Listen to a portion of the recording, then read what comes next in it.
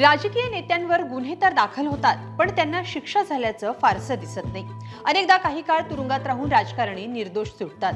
पण जर मी तुम्हाला सांगितलं की एखाद्या नेत्याला 27 वर्षांची शिक्षा सुनावली आहे तर, आणि तो नेता देशाचा माजी राष्ट्रपती असेल तर? हे घडलंय ब्राझीलमध्ये। 2022च्या राष्ट्रपती निवडणुकीत पराभव झाल्यानंतर सत्तेत राहण्यासाठी सत्ता पालट करण्याचा कट रचल्याबद्दल ब्राझीलचे माजी राष्ट्राध्यक्ष यांना 27 वर्षांची शिक्षा सुनावण्यात आली आहे। जैर बोल्सोनारो असं या माजी राष्ट्रपतींचं नाव आहे आणि त्यांचं वय 70 वर्ष इतकं आहे। जेव्हा त्यांच्यावर आरोप झाले, अगदी केस न्यायालयात गेली, तेव्हाही असं काहीतरी होईल किंवा माजी राष्ट्रपतींना न्यायालय शिक्षा देईल असं कुणालाही वाटत नव्हतं। पण हे करून न्यायालयानं ऐतिहासिक निर्णय दिलाय। हा निर्णय दिलाय ब्राझीलच्या सर्वोच्च न्यायालयाचे न्यायमूर्ती अलेक्झांड्रे डी मोरेस यांनी। माजी राष्ट्रपतींवर आरोप काय होते ते पाहूया।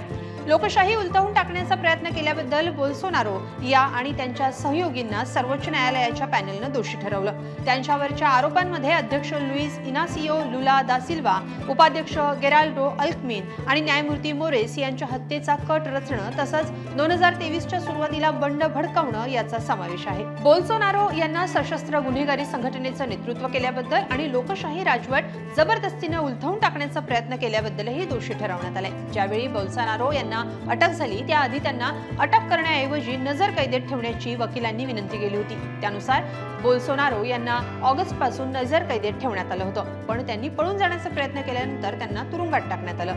दरम्यान बोल्सोनारो हे तुरुंगवास भोगणारे पहिले राष्ट्रपती नाहीयेत। त्यांच्या आधी मिशेल टेमर आणि त्यांचे उत्तराधिकारी लुला यांनाही तुरुंगवास भोगावा लागलाय। 1990 ते 1992 पर्यंत सरकारचं नेतृत्व करणारे फर्नांडो कोलर डी मेलो सध्या भ्रष्टाचाराच्या आरोपाखाली नजर कैदेत आहेत। बोल्सोनारो हे पहिले राष्ट्रपती आहेत ज्यांना बंडखोरीचा प्रयत्न केल्याबद्दल न्यायालयानं दोषी ठरवलंय आणि शिक्षा सुनावली आहे।